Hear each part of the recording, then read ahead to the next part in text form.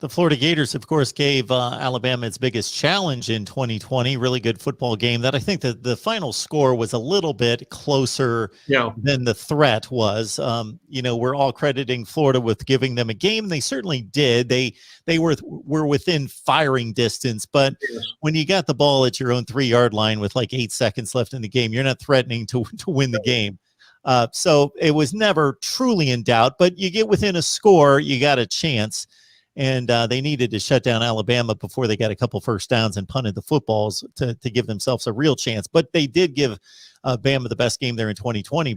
And I just got to think that Florida might be more of a different team in 21 than any other team in the conference. I think that's the question that we've got. And for whoever just signed on, Florida started spring practice today. Now, that's kind of unusual starting in February, but that's what they did. And unfortunately, they're not going to have a spring game, which really is disappointing to me.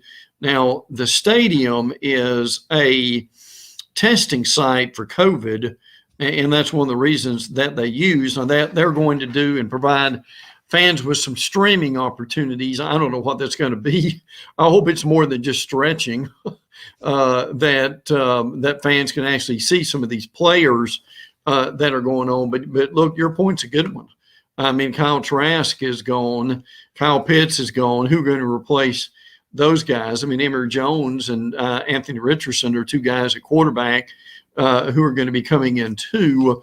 And with that going through the whole roster right now, I think, to me, Mark, I think they'll be okay offensively with Mullen and whoever the quarterback's going to be. I think Emory Jones is kind of what, shall we say, that Dan Mullen's used to, that what he had at Ole Miss, a guy who could really run the ball, and it was an adequate passer.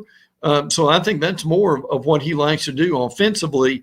Mark, the thing to me is how quickly can Todd Grantham retool this defense, especially with guys like Kyrie Campbell, who are gone. When he came back last year, he made a big difference. Marco Wilson, yes, unfortunately, of the shoe throwing fame, he's one of the guys who will be gone too.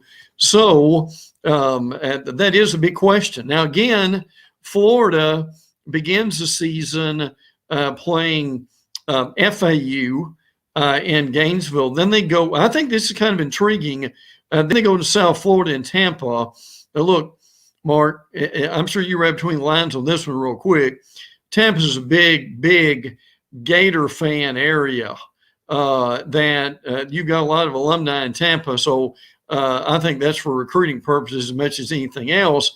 And again, for Florida, maybe the advantage they've got is they play Bama in Gainesville this year toward the end of September. So that will certainly be interesting to see where that goes. I still think Bama has got the better roster than Florida does. But again, when you're on the road, it's early. For Alabama, you're breaking in a new quarterback.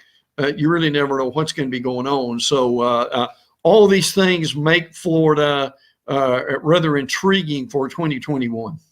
Yes, you took my word. The last word of your sentence took it right out of my mouth. Intriguing